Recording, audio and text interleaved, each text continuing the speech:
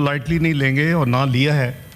आपने देखा कि इजराइल से बहुत बड़ी कुव्वत जो अपने आप को समझते थे और जो कन्वेंशनली हमसे कई गुना बड़े हैं हर लिहाज से, वेपन्स के लिहाज से, कन्वेंशनल वेपन्स के लिहाज से, तो उन्होंने देख लिया है। और ये कौम जो है ये अल्लाह के फजल करम से जो मैली आंख इसकी तरफ देखेगी उसकी आंख निकाल देंगे।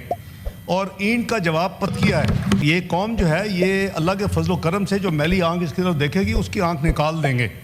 और ईंट का जवाब पत किया है। तो हम इस मामले पे दुनिया ने देखा कि ये पूरी कौम मुत्तहिद थी और इंशाल्लाह मुत्तहिद रहेगी।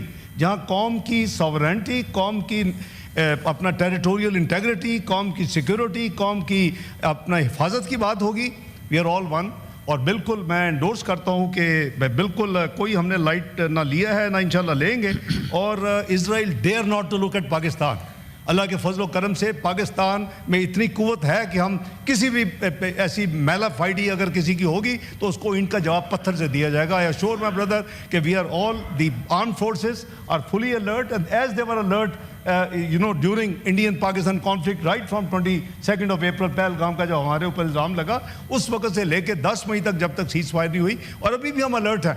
अभी आपको खबर दे, बरतानवी ऑनलाइन अखबार डेली मेल ने पाकिस्तान की इसराइल को एटमी हमले की धमकी से मुतालिक जाली खबर शाया कर दी। खबर में दावा किया गया कि पाकिस्तान ने ईरान को यकीन दहानी कराई है कि इसराइल ने ईरान पर एटम बम फेंका तो पाकिस्तान इसराइल पर एटमी हमला करेगा। बरतानवी अखबार ने यह खबर बगैर तस्दीक शाया कर दी है। दूसरी जानिब भारतीय मीडिया भी इस जाली खबर को खूब उछाल रहा है और पाकिस्तान के खिलाफ बयानिया बनाने की कोशिश कर रहा है। हालांकि पाकिस्तान की जानिब से वजाहत की गई थी कि पाकिस्तान ईरान और इसराइल की लड़ाई में बराह रास्त फरीक नहीं बनेगा। पाकिस्तान के वजीर दिफा ख्वाजा आसिफ भी इन खबरों की तरदीद कर चुके हैं।